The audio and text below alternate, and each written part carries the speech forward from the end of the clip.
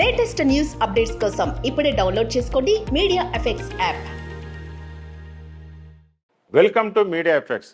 ఆంధ్రప్రదేశ్లోని నంద్యాల జిల్లా ప్రముఖ శైవ క్షేత్రం శ్రీశైలంలో పర్యావరణ పరిరక్షణలో భాగంగా శ్రీశైల క్షేత్ర పరిధిలో ప్లాస్టిక్ వినియోగాన్ని పూర్తిగా నిషేధిస్తున్నట్టు దేవస్థాన ఈవో పెద్దిరాజు అధికారులు ప్రకటించారు.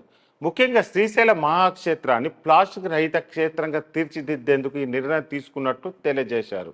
కాగా శ్రీశైల దేవస్థాన ఈవో డి పెద్దిరాజు ఆదేశాల మేరకు పర్యవేక్షకుడు అయ్యన్న అలానే పారిశుద్ధపు సిబ్బందితో దేవస్థానం చెక్పోస్ట్ వద్ద ప్లాస్టిక్ బాటిల్స్ను చెత్త చెదరాన్ని తీసివేసి శుభ్రపరిచారు. అలాగే వివిధ వాహనాలను తనిఖీ చేసి ప్లాస్టిక్ బాటిల్స్ను క్షేత్ర పరిధిలోకి తీసుకురాకుండా చర్యలు తీసుకున్నారు.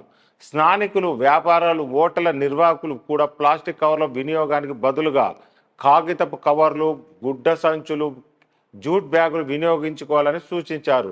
ప్రధానంగా ప్లాస్టిక్ మంచినీటి బాటిల్ బదులుగా మట్టి, స్టీల్, రాగి సీసాలను వినియోగించాలని కోరారు.